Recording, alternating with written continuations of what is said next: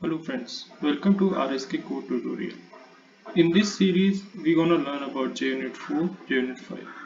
I'll explain to you all about JUnit framework, Mockito, PowerMock, Spring, MVC, JUnit testing, controller level, service layer, all things. So I hope you like this series.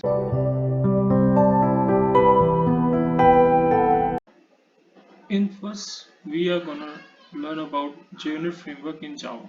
So what is JUnit? JUnit is an open source unit testing framework.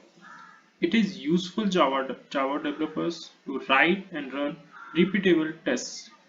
It helps to identify defects in early software development cycle.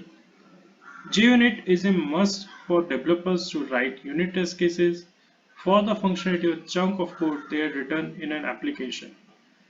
It also helps in reading the code written in the application. It helps in increasing the reliability of code by finding the bugs early. Popular versions of JUnit are JUnit 4 and JUnit 5. We can use Maven or Gradle both to run these JUnit test cases.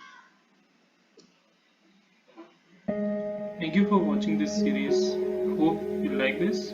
See you next time.